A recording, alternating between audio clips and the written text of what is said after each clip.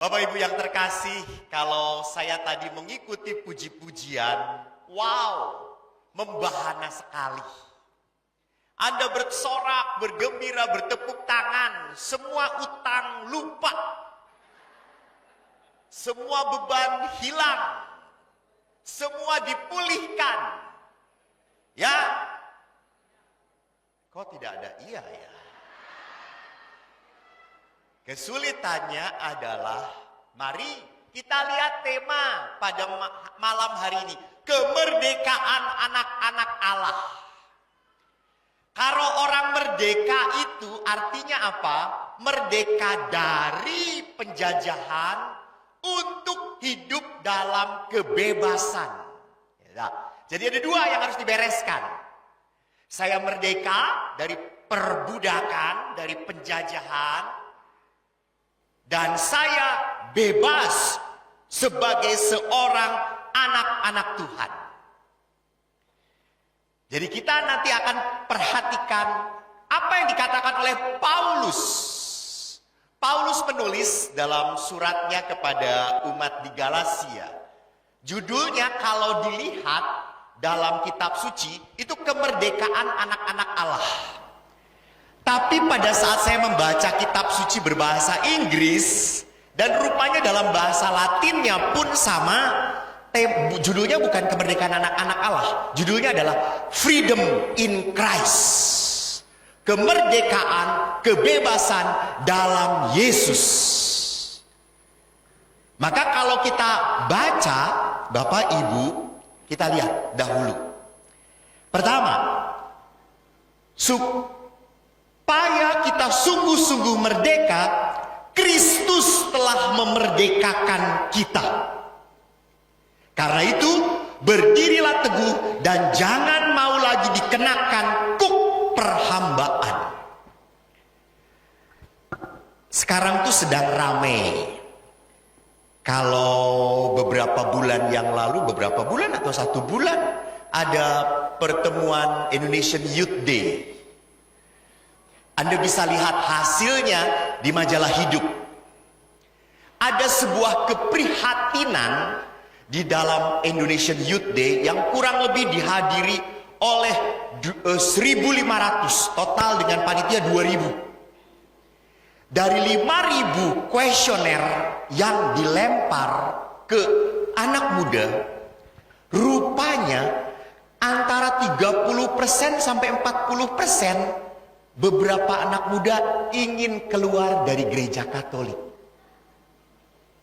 Menyedihkan. Mereka sudah tidak merasa kebutuhan untuk hidup dalam gereja lagi. Beberapa bapak-bapak juga kayak gitu, sharing dengan saya, Romo, waktu di Helena aktif putra altar, putri sakristi, aktif OMK. Setelah sekolah di Sydney, di Melbourne, mereka lupa ke gereja lagi. Dan hampir semua anak muda berkata, Mom, I do not need God anymore.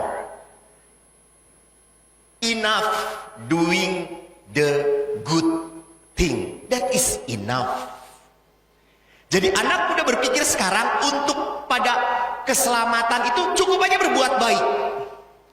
Dia lupa bahwa keselamatan pertama-tama dan utama adalah anugerah Tuhan, bukan karya manusia.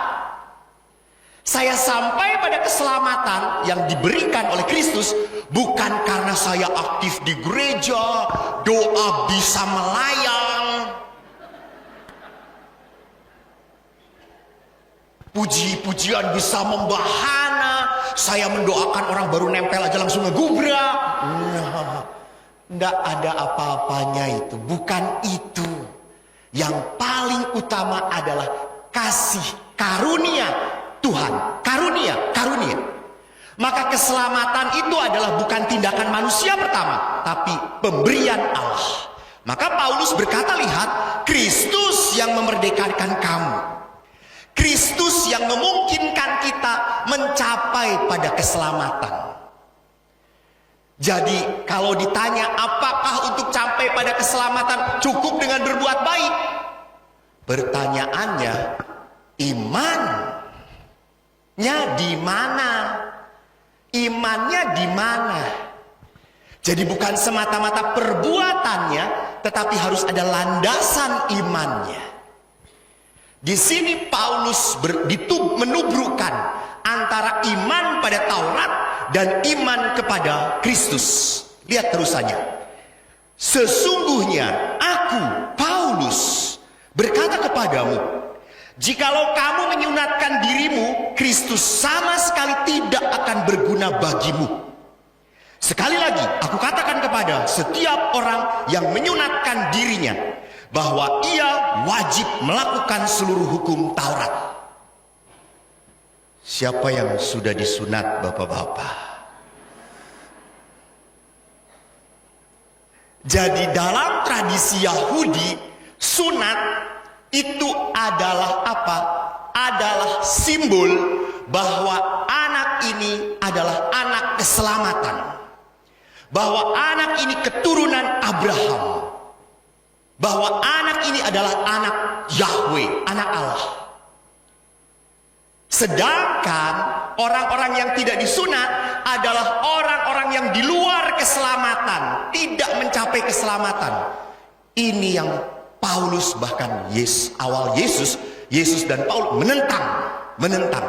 Keselamatan bukan terjadi karena sunat. Sunat itu untuk kesehatan, bukan untuk keselamatan. Keselamatan dibawa oleh Kristus sebagai anugerah. Maka kalau Paulus berkata orang Yahudi mau mencapai keselamatan dengan taat pada hukum Taurat, taat. Semua ditaati sesuai aturannya, maka orang akan mencapai keselamatan kekal. Kata Yesus, capek kamu seperti ini.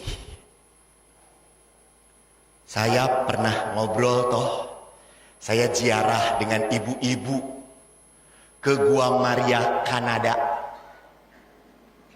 Tidak perlu paspor, karena cuma di Rangkas Bitung. Waktu saya datang, ibu-ibu pada ambil air dulu, semacam wudhu. Lalu setelah itu kan untuk sampai ke Bunda Maria ada patung para rasul di situ. Ibu itu memegangin buat tanda salib, pegang buat tanda salib.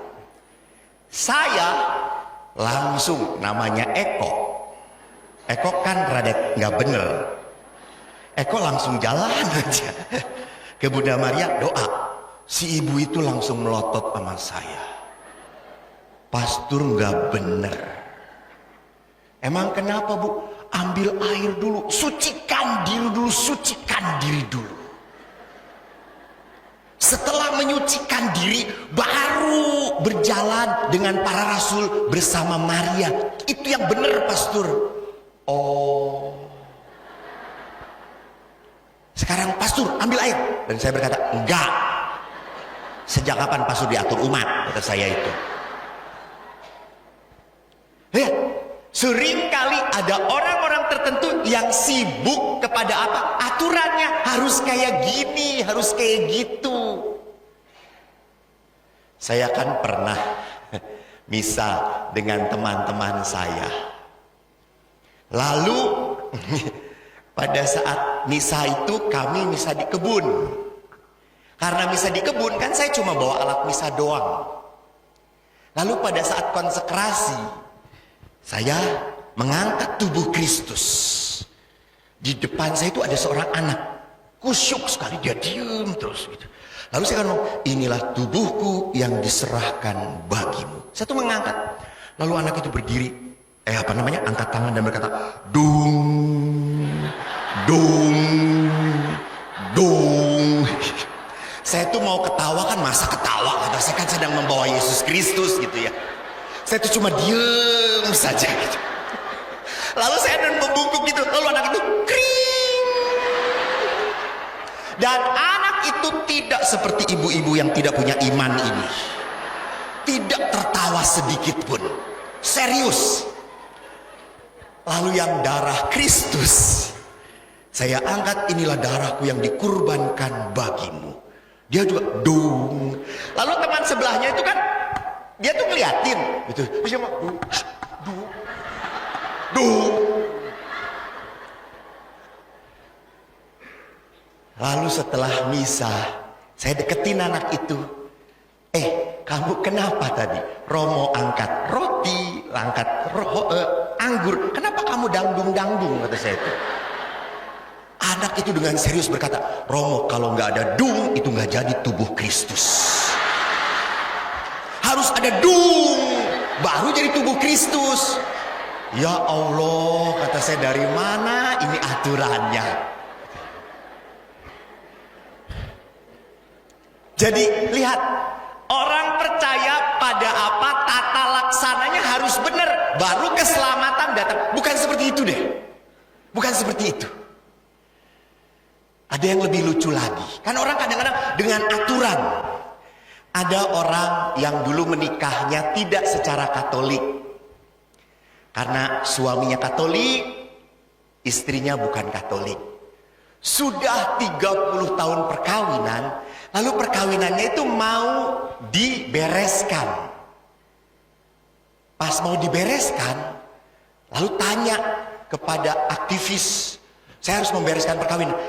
Harus kursus perkawinan. Kata saya, sudah 30 tahun perkawinan, apalagi yang dikursusin, kata saya itu. Dia udah tahu segala-galanya gitu ya.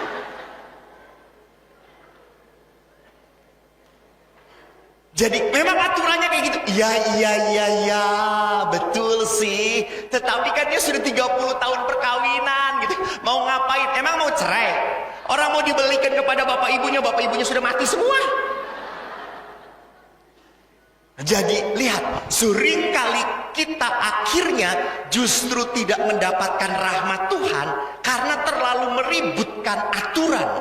Yang ini dikatakan oleh Yesus, aku tidak akan pernah sanggup menyelamatkan engkau kalau engkau percaya bahwa setia pada aturan itu yang membuat kau selamat. Bukan. Maka ayat 4 ya, kamu lepas dari Kristus jikalau kamu mengharapkan kebenaran oleh hukum Taurat. Kamu hidup di luar kasih karunia Allah. Jadi bagi Yesus, kasih karunia bukan terjadi pada saat kita taat pada aturan Taurat. Kasih karunia, sekali lagi, pemberian gratis dari Tuhan.